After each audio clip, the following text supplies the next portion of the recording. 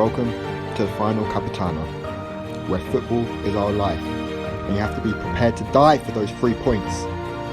I salute all of you for being here for our first video and hopefully many more to come. Now, I'm not saying we have to go and win this, but we cannot lose. Now let's get into it. We'll start off with the early kickoff over the weekend, which was the Leicester City versus Manchester City game. And Manchester City pretty much dominated it. It was only a 1-0 win, but they had so much of the ball. However, they didn't really create any clear-cut chances. They didn't really have any end product. And maybe that's the Erling Haaland effect not being there. But we've known City for so long to be so dominant without Erling Haaland. I expected more. There was no really real chances created. Bernardo Silva had one chance, but that was about it. And Leicester City were quite happy to just sit back and kind of absorb the pressure, and there was no real spark in that final third for Manchester City. And like I said, after Leicester's recent form, expected more from them. They didn't really take it to City at all. City's press was really good. I don't know if it was really good or just Leicester on the ball were poor. They couldn't break through the lines. There was no real movement from the midfielders. There was no real movement from the attackers looking to get on the ball or looking to create something. Harvey Barnes got down the left a couple of times, but no trouble for Ederson, really. And Leicester really just picked up the last 15 minutes when they realised that they were losing and they needed to get a goal. They had 3 clear chances for me. And this is the thing. People don't realise that this City team can concede and they can be broken down. And in the last 15 minutes, Leicester had 3 great chances. And maybe I'm being a little bit too hard on Leicester, but out of those 3 chances, they need to be scoring 1. They had to be scoring 1. And we can see here it was Iheanacho, Castagna and Daka. It was 2 headers and kind of a sweeping shot from Iheanacho. Iheanacho's one was probably the hardest one, but he didn't really trouble Ederson at all. Now, as a Premier League team, yeah, you miss 1 good chance. Okay, we can let it off. You miss 2, I'm gutted. But you miss 3 clear-cut chances. Guys, watch it back.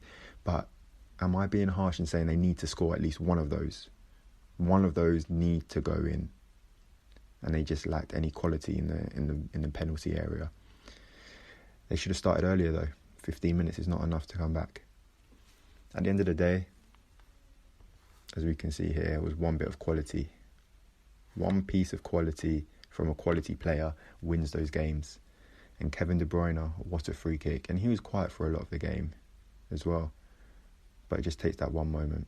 And I've been saying this for a while. For me, Kevin De Bruyne is the best in the world. The last couple of years, I'd say he is.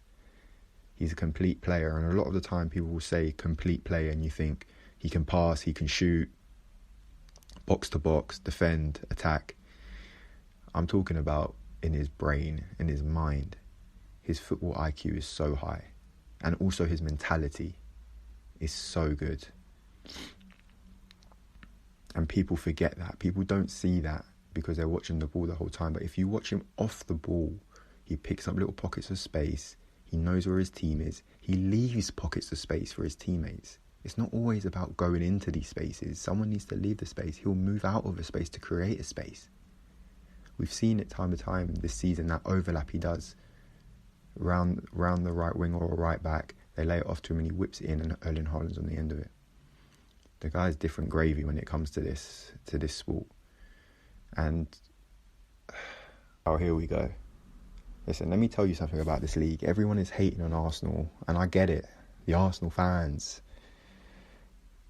they're difficult to deal with. I understand. And the last thing you want is it like the Liverpool fans winning the league. Is Arsenal now winning the league? But look at what Pep's wearing. Look at the arrogance of it. The most difficult league in the world, and he comes and if he wins this season, he's going to win 5 leagues out of the last 6. The arrogance of him. He's got his own initial on his hoodie, and he's got designer jeans on. And they're not even normal designer jeans, they're quite urban style, these square jeans. I mean, we need to silence him. And the league is way too good, and that's why I'm supporting Arsenal this season. In terms of winning the league, I hope Arsenal can do it because it's the best league in the world. And we need diversity, especially in the winners. I mean, last season, I know it came close, and the top 4 race was good last season. But we need City to be knocked off that throne. I need this guy to take a seat. But can Arsenal do it? And I've seen this. We've had 7 seasons together. We have done everything except sleep together. I know him quite well. That's what Pep Guardiola had to say about Kevin De Bruyne. And you know, that consistency, that chemistry, and that know-how, how to win, can get you through it. They've won 4 out of the last 5. That is momentum. They know how to put a good run together. And at the end of the day, football is all about momentum. If you can get good form, you're very difficult to stop. And if you can get bad form, you're very difficult to get going again. That's what I worry about Arsenal. They're on good form right now, but if they dip, City know how to do it. What's this I've seen here? Almiron has now scored as many goals in the Premier League this season, 7, as Jack Grealish has in all competitions since joining Man City. Be careful what you say. I mean, it's just overhyped, isn't he, Jack Grealish? He should be filling the shoes now, a year and a half in, and he's just not. On the weekend, if you saw him, he gets the ball, 3 quick touches, that looks to take on the player, turns back, passes to Joel Cancelo. I haven't seen any quality for Jack Grealish, I'm sorry. And guys, this narrative of, he wins fouls. If you're an opposing defender, stop fouling him. Just let him play back now. I don't understand what it is. It seems to be the status quo. If Jack Grealish gets the ball, we've got to try and win it off him, or he's going to be fouled. Like, I can't see him getting on the ball and really being deadly, going past 3 players where you need to foul him. So that narrative is just a bit stupid for me. But Almiron, great player. Listen, even under Steve Bruce, I liked Almiron. It was because he worked hard.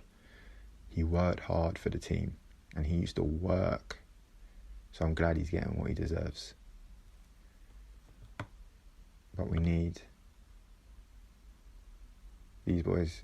We'll go straight to this game, the Sunday game, and comfortable for Arsenal again. And they're playing some good stuff. They're playing good football. And they're playing the best football in the league. And Saka went off injured and Reece Nelson came on. And fair play, 2 goals and an assist. I think Saka's going to be okay for the World Cup. It didn't seem too bad. Arteta said after it was a bit of a heavy knock.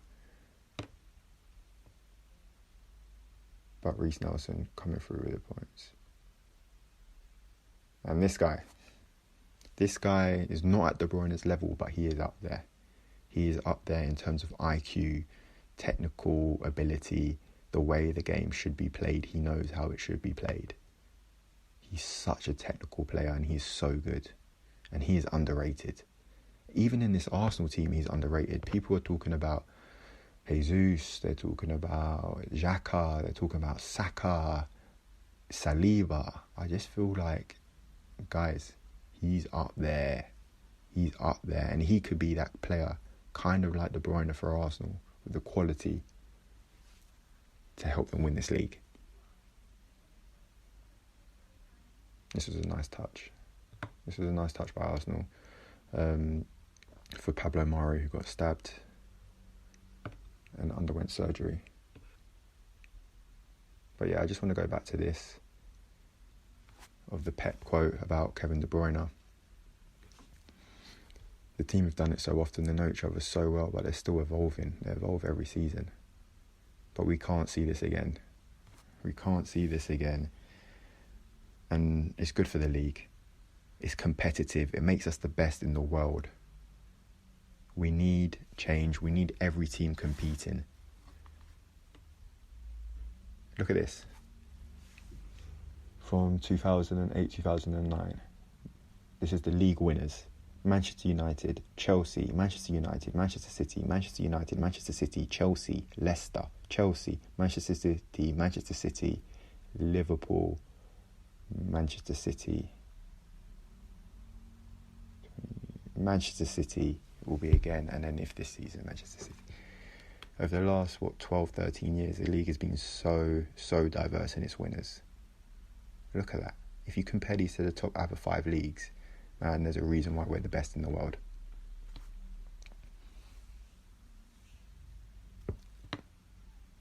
We're the most entertaining, and you never know who's going to win it. There could be 6-7 teams to win this league.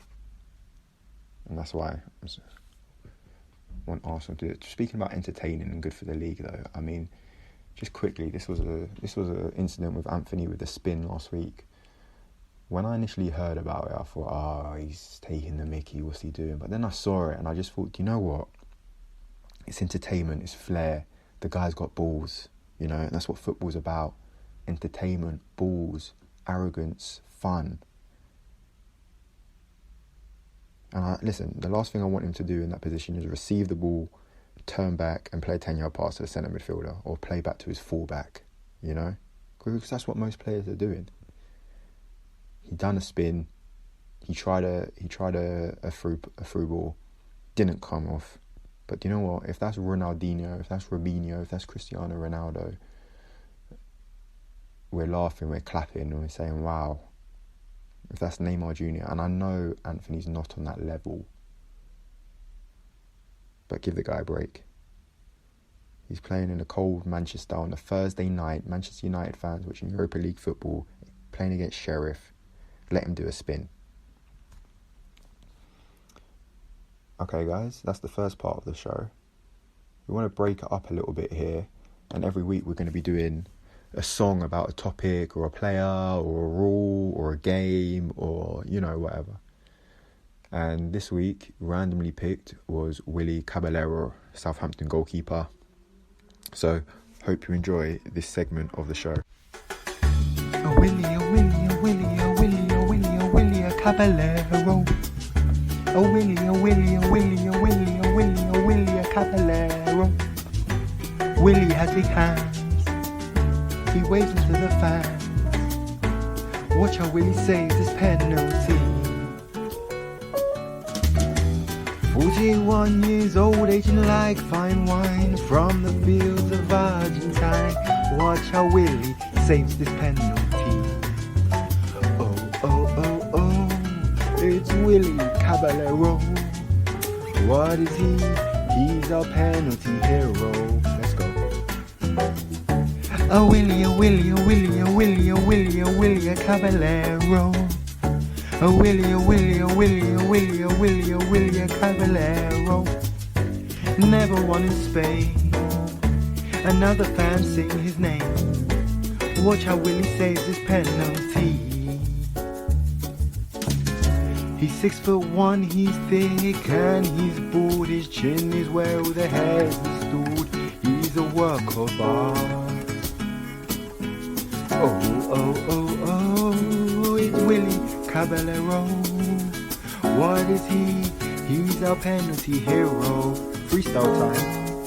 A Willy, a Willy, a Willy, a Caballero. A Willy, a Willy, a Willy, a Caballero. Caballero, Willy, Caballero, Willy, Caballero, Willy, Caballero, Willy, Willy, Willy, Willy, Willy, Caballero, Willy, Willy, Willy, Willy, Caballero. What's his name? It's Willy Caballero.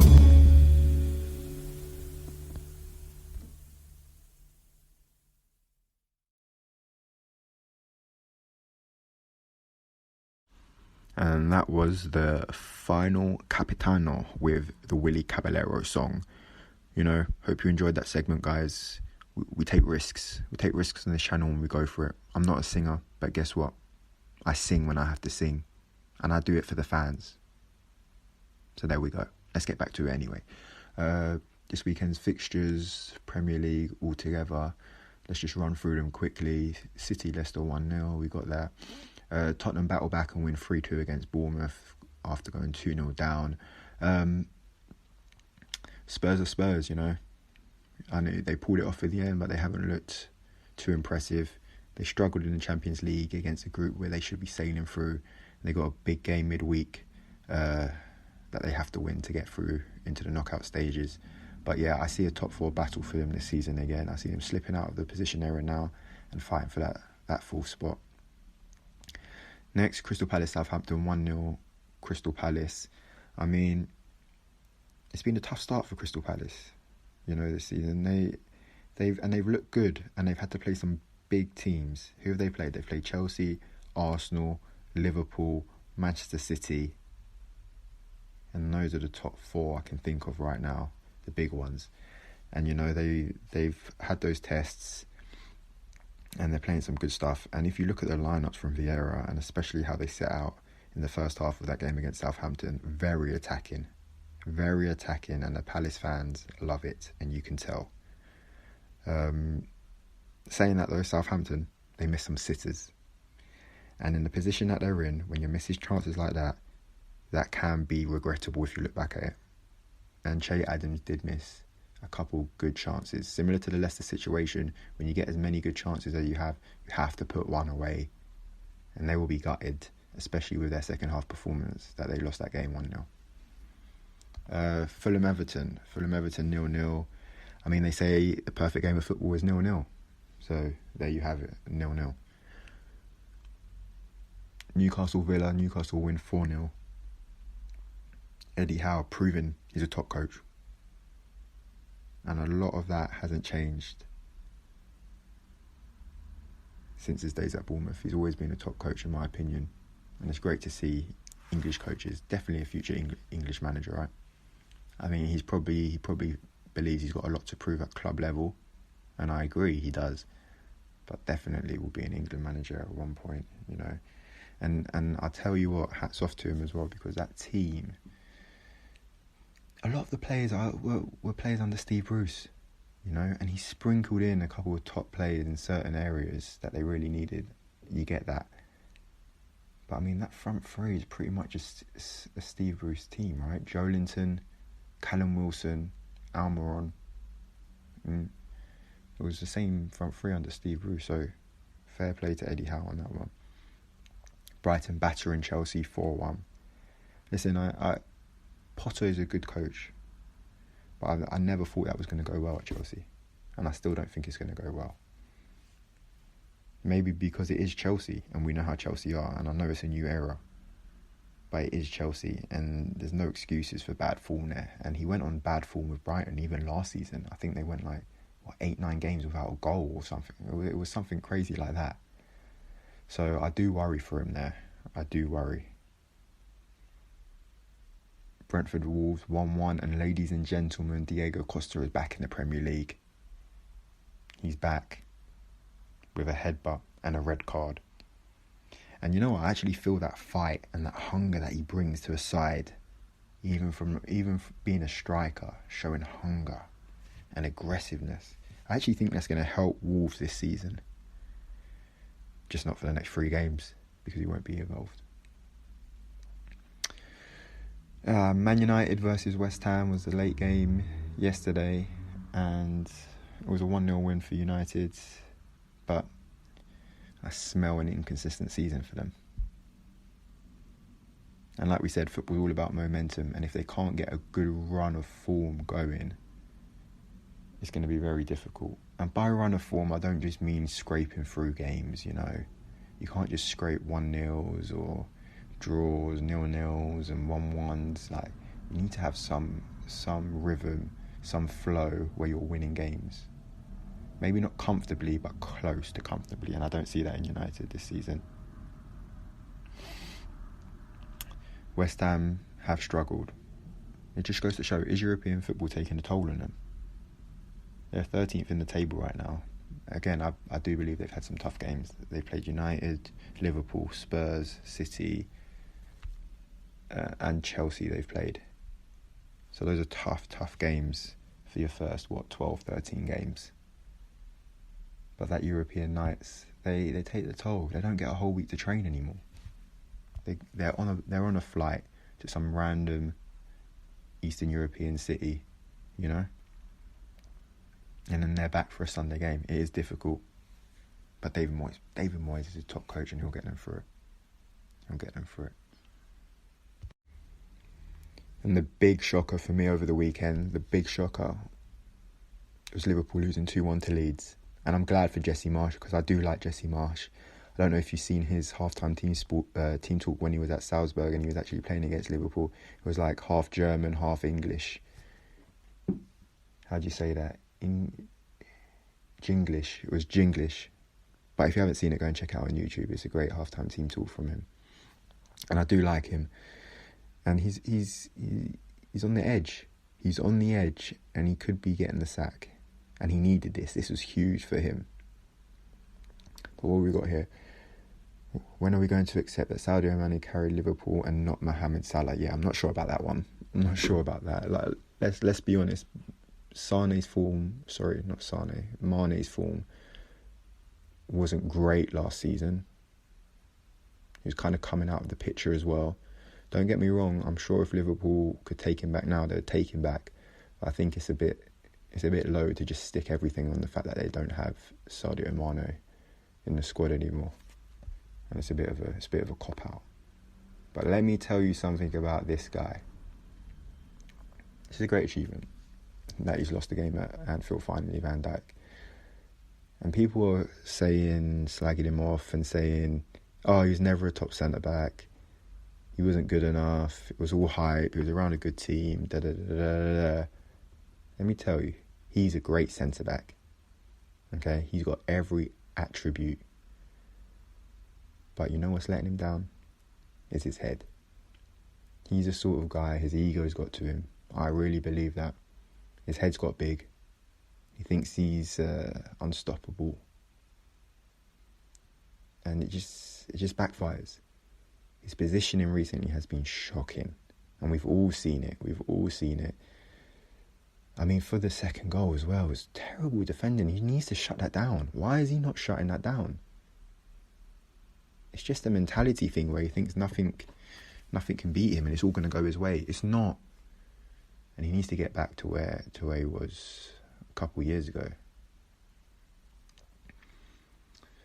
But he is a top centre-back. And listen, people are going to disagree and say, oh, it's not ego. That's what I believe. I believe he's been hyped up too much and he started to believe their own hype. But at the end of the day, we can see Liverpool really needing some change.